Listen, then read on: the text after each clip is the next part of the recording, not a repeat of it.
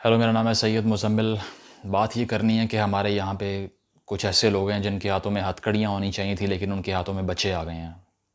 انہوں نے بچے پیدا کر لیے ہیں اور وہ ان بچوں کو بتاتے ہیں کہ تم نے سانس کب لینا ہے، تم نے باہر کب جانا ہے، تم نے بات کس سے کرنی ہے، تم نے سونا کب ہے، تم نے اٹھنا کب ہے، تم نے کون سا سیکٹ فالو کرنا ہے، اور اس کے علاوہ تم نے کون سے ان نون آدمی کے سامنے تمہیں شادی کر کے میں نے پھینکنا ہے، وہ بھی میرا اختیار ہے۔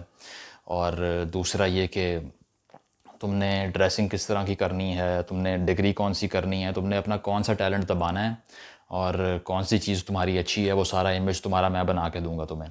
کیونکہ اس کی کوالیفیکیشن کیا ہے؟ کوالیفیکیشن اس کی صرف ایک ہے کہ میں تم سے پہلے پیدا ہوا ہوں، میں تم سے پہلے پیدا ہوا ہوں، میں نے عمر زیادہ دیکھی ہوئی ہے، تو اس لیے میرے اندر میچورٹی زیادہ ہے۔ تو یہ سارا انسٹیٹیوشن جو پیرنٹنگ کا ہے نا، یہ اس چیز پہ کھڑا ہوا ہے کہ یہ کنفیوز کرتا ہے میچورٹی کو ایج سے۔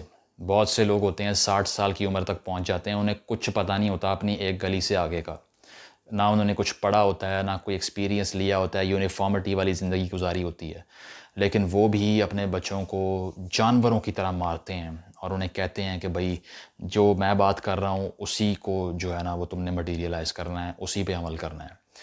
تو یہ سارا انسٹیٹیوشن اس طرح سے، اور یہ ساری سوچ کہاں سے آئی ہے؟ یہاں سے آئی کہ پچھلے 10-15 دن سے میں فرانس کافکا لٹریچر کا بہت بڑا نام ہے اسے پڑھ رہا ہوں۔ اتنی پینفل سٹوری ہے اس کی کہ حیران ہوا پڑھ کے، کافی امپریس ہوا تھا اس سے، تو بعد میں پتہ چلا کہ وہ ینگ ایج میں مر گیا تھا۔ اور ہوا یہ تھا کہ وہ رائٹر تھا اور وہ لکھا کرتا تھا، لیکن اس نے اپنا 70% کام اپنے ہاتھوں سے پھاڑ دیا، ڈسٹرائے کر دیا، جلا دیا۔ صرف 30% سامنے آیا، وہ بھی شکریہ اس کے ایک ہی دوست کا، جو اس کا ایک واحد دوست بنا زندگی میں، جس نے اس کو پبلش کر دیا اس کی موت کے بعد، پوسٹھیومسلی کہتے ہیں اس کو۔ تو وہ بھی مرنے سے پہلے کافکا نے اسے کہا کہ میرا یہ لکھا ہوا ہے نا، اس کو جلا دو، یہ کسی اس کی کوئی ورتھ نہیں ہے۔ لیکن آج پوری سوسائٹیز اس کو پڑھ کے جو ہے نا وہ اس سے امپریس ہو رہی ہیں، میں بھی انہی میں شامل ہوں۔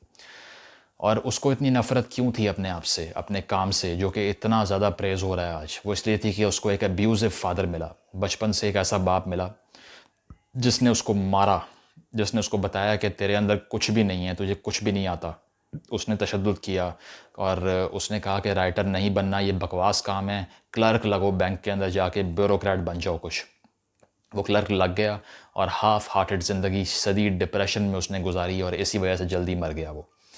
تو اس نے ایک لیٹر بھی لکھا اپنے باپ کو، جس میں اس نے کہا کہ والد محترم، مجھے بچپن میں ایک رات آج بھی یاد ہے جب میں نے سخت سردی میں ایک بستر سے پانی مانگا، اور صرف اتنا سا بولنے پر آپ نے مجھے کالر سے گھسیٹتے ہوئے باہر بالکنی میں کھڑا کر کے لاک کر دیا۔ باہر برف پڑ رہی تھی، ساری رات میں ٹھٹرتا رہا، اور وہ رات ایسی تھی کہ اس نے میری روح کو نقصان پہنچایا ہے۔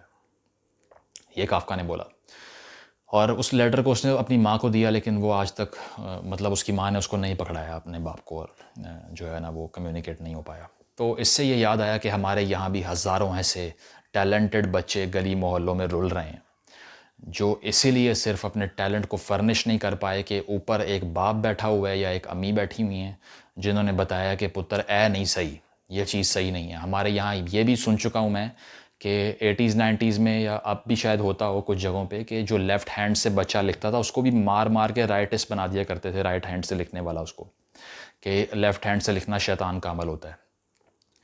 اور پھر کسی بچے نے کرکٹ کھیلنی ہے، میں نے بہت سے اپنے کولیگس اپنے دیکھے ہیں، ایسے ٹیچرز اپنے دیکھے ہیں، میرے کلاس فیلوز دیکھے ہیں، جن کے پاس امینس ٹیلنٹ تھا سپورٹس میں، ایکسٹرا کریکولرز میں، لیکن والدین نے کہا کہ تم نے انجینئر بننا ہے، مجھے پتہ ہے تم نے کیا کرنا ہے۔ تو آپ سوچیں کہ کافکا کو اگر پین نہ پکڑایا ہوتا تو آج اسے کوئی نہ جانتا۔ اسی طرح اگر ویو رچرڈز ہے، کرکٹ نہ کھیلی ہوتی اس نے، کسی کو نہ پتہ ہوتا کون ہے۔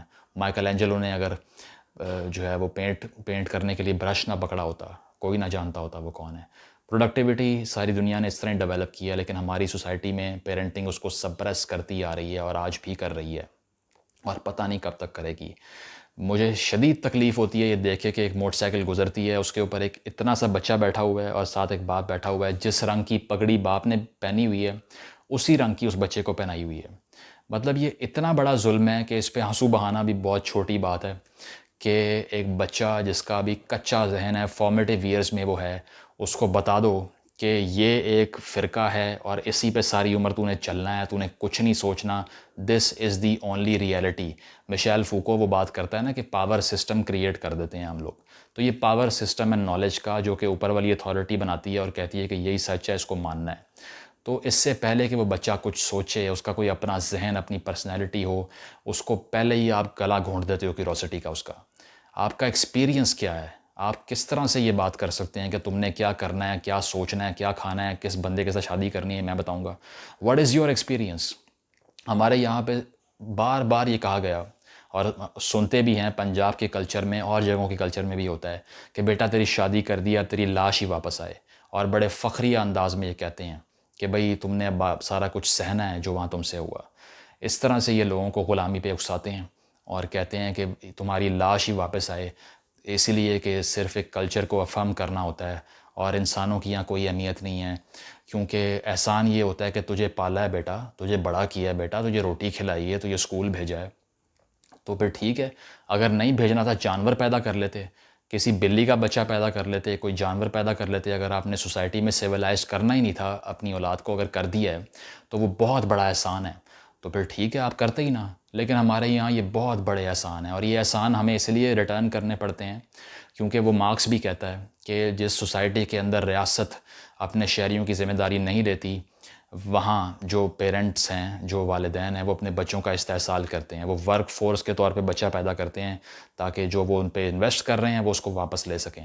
اب اگر اس ساری ویڈیو کے بعد کسی نے مجھے یہ کہنا ہے کہ میرے پیرنٹس تو بہت اچھے ہیں, پاکستانی پیرنٹس تو بہت اچھے ہیں, تو میں اچھے لوگوں کی بات نہیں کر رہا. میرا کرٹیک صرف ان لوگوں پر ہے جو کہ بہیمانہ طریقے سے اپنے بچوں کو مارتے ہیں, ان کو ٹارچر کرتے ہیں اور ان کے فیئرز کو فیس نہیں کرواتے, بلکہ ان کی برائی کر کے, گالیاں دے دے کے ان کی شخصیت کو برباد کر دیتے ہیں.